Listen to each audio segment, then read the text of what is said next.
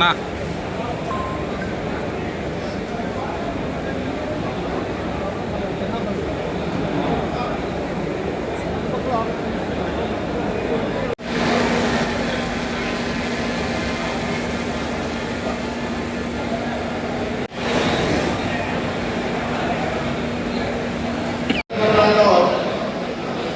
ప్రజలందరికీ కూడా భూ సమస్యలు అధికంగా ఉండడంతో ఈ సమస్యని ప్రభుత్వం దృష్టికి గౌరవ కలెక్టర్ గారు, జాయింట్ కలెక్టర్ గారు, సబ్ కలెక్టర్ గారికి తెలిసినప్పుడు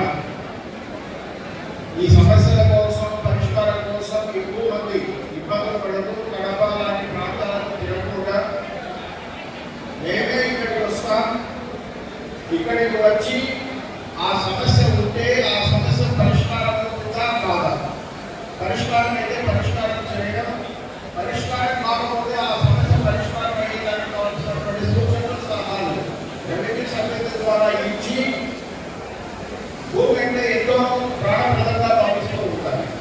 వాళ్ళ జీవితంలో ఒక భావన భూ సమస్య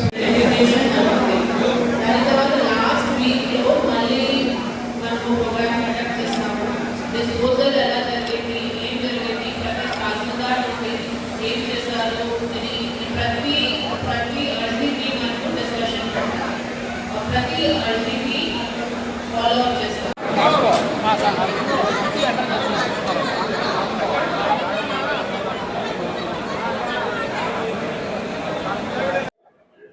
ఇవాళ రాజంపేటలో అనేక సంవత్సరాలుగా ముఖ్యంగా గత ప్రభుత్వంలో ఆన్లైన్ ట్యాంపరింగ్కి గురయ్యి భూముల వివాదాలు ఎక్కువగా ఉన్నాయి.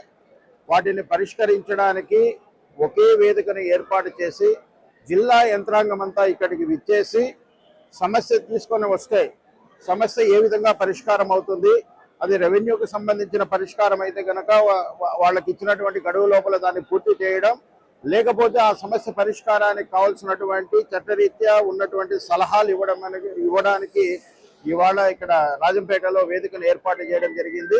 ఇటువంటి వేదికలు నియోజకవర్గ వ్యాప్తంగా 4 జరుగుతాయి.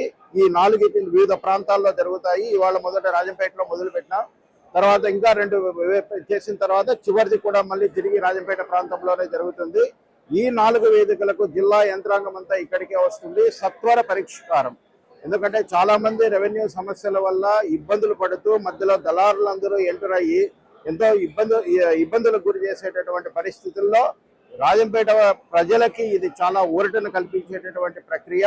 మీరు చూసారు, ఇవాళ సాయంత్రం వరకు ఉన్నటువంటి ఫంక్షన్కి ఇవాళ కళ్యాణ మండపం నిండిపోయి ఇవాళ పట్టనటువంటి పరిస్థితుల్లో ఇక్కడ రెవెన్యూ సమస్యలు ఉన్నాయి. ప్రభుత్వం ఒకటే, సాధారణంగా రైతులు కానీ ఎవరైనా కానీ భూమిని ప్రాణప్రదంగా చూసుకుంటారు.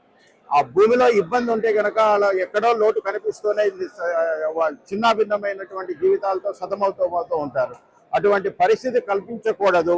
ఈ రాష్ట్రంలో రెవెన్యూ సమస్యలు ఉండకూడదు, భూ సమస్యల వల్ల ఏ ఒక్కరు కూడా ఇబ్బంది పడకూడదు అన్నటువంటి ప్రభుత్వ సంకల్పానికి అనుగుణంగా ఇవాళ ఈ పెద్ద ఎత్తున ఇన్స్టిట్యూషన్ తీసుకొని పరిష్కరించేదానికి ఇక్కడ వేదికగా ఏర్పాటు చేసినాం. ఇక్కడికి విచ్చేస్తున్నటువంటి కలెక్టర్ గారికి, జాయింట్ కలెక్టర్ గారికి, సబ్ కలెక్టర్ గారికి మరియు రెవెన్యూ సిబ్బంది మరియు అధికారులందరికీ, సహకరిస్తున్నటువంటి ప్రజలందరికీ కూడా పేరు పేరున నేను ధన్యవాదాలు తెలియజేస్తున్నాను.